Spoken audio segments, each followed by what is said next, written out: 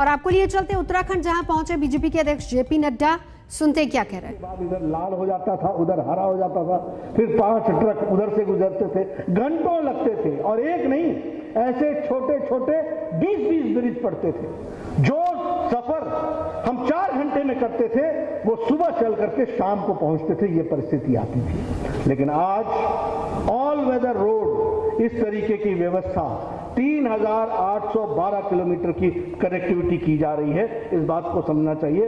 और 61 रोड सड़कें जिसमें 3300 किलोमीटर इसकी कनेक्टिविटी हमने हासिल कर ली है, इस बात को भी हमको समझना चाहिए। यानी 3300 किलोमीटर बन चुकी है ऑल वेदर रोड। मैं भारत की फौज को और विशेष करके बॉर्डर रोड ऑर्गेनाइजेशन को बधाई देता हूं कि मोदी जी के सपने को आप लोगों ने साकार किया है ऑल वेदर रोड बना करके, ये बहुत बड़ी अच्छी बात है। उसी तरीके से लोहित नदी पर भूपेन हजारिका सेतु, ये दुनिया का सबसे ऊंचे उस पर ये सेतु बन रहा है और ये सबसे लंबा सेतु बन रहा है। उसी तरीके से जैसे मैंने कहा अटल टनल 10,000 की फीट पर रोहतांग के लिए हिमाचल में 9.9 किलोमीटर वो भी बन करके तैयार हुआ है। मित्रों, आप सब जानते हैं लंबे समय तक एक शासन में अगर हेलीकॉप्टर खरीदने जाओ तो हमें पता चला कि ऑगस्टा का स्कैंडल हो गया, अगर फलाने चीज को खरीदने जाओ तो पता चला कि वहां वेपन का स्कैंडल हो गया और कोई खरीदारी नहीं चल रही थी। कोई भी असले की दृष्टि से फैसला न करना, भ्रष्टाचार करना, यही रीति बन गई थी। लेकिन प्रधानमंत्री मोदी जी आए तो फिर से इंडियन डिफेंस का मॉडर्नाइजेशन का काम शुरू हो गया है और आज हम पूरे गौरव के साथ कह सकते हैं कि 36 राफेल फाइटर्स हमारे बेड़े में जुड़ गए हैं, इस बात को हमको समझना चाहिए। उसी तरीके से 28 अपैचे अटैक हेलीकॉप्टर्स ये भी हमारे बेड़े में जुड़ गए हैं।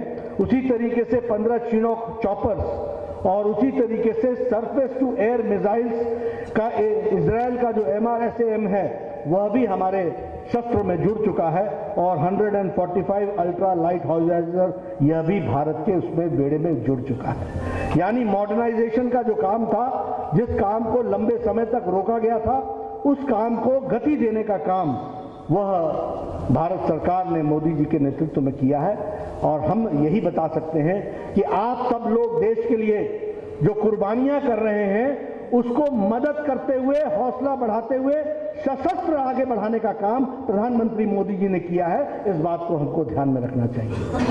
आपको मालूम होगा कि चीफ ऑफ डिफेंस स्टाफ पहली बार यहाँ पर क्रिएट हुआ। उसी तरीके से department of military affairs better coordination के लिए उसको भी आप सब लोग फौज के लोग हैं, आपको इसका इल्म होगा कि इससे किस तरीके का फर्क पड़ता है, उस तरीके के कार्य को भी आगे बढ़ाने का काम किया है। मेक इन इंडिया यानी हमारे यहाँ बड़ी अजूबी बात है, हम बुलेट प्रूफ जैकेट इंपोर्ट करते थे और उसमें भी भ्रष्टाचार होता था। आज हम गौरव के साथ कह सकते हैं कि बुलेट प्रूफ जैकेट भारत बना रहा है, अपने लिए सेल्फ सफिशिएंट हो गया है और दुनिया को एक्सपोर्ट करने लगा है, इस बात को हमको समझना चाहिए। मेक इन इंडिया में 101 आइटम नोटिफाई हो गए अगस्त 2020 को, जो कि जिसके लिए 52,000 करोड़ रुपए रख लिया गया है।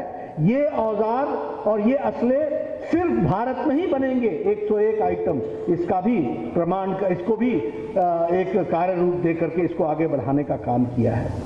मित्रों, मैं भी फौजी परिवार से आता हूं और फौज में एक बड़ी भारी चर्चा थी, 1 रैंक 1 पेंशन, 1 रैंक 1 पेंशन।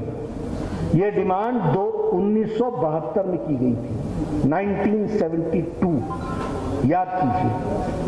और यह डिमांड सरकारें आई गई और एक सरकार ने तो ऐसी आई जिसने 500 करोड़ रुपए रख करके, एक टोकन मनी रख करके सोचा कि राजनीति में, चुनाव में इसका उपयोग कर लेंगे। लेकिन भारत के फौज को और भारत की जनता को पूरा विश्वास था कि यह काम अगर कोई करेंगे तो भारत के सपूत और यशस्वी प्रधानमंत्री नरेंद्र मोदी जी करेंगे, इस बात को पूरा उन्होंने करने का प्रयास किया। आज हम ये गौरव के साथ कह सकते हैं कि 11,000 करोड़ रुपए, 26 लाख 60,000 फौजियों तक उसका 1 रैंक 1 पेंशन को पहुंचाया गया है।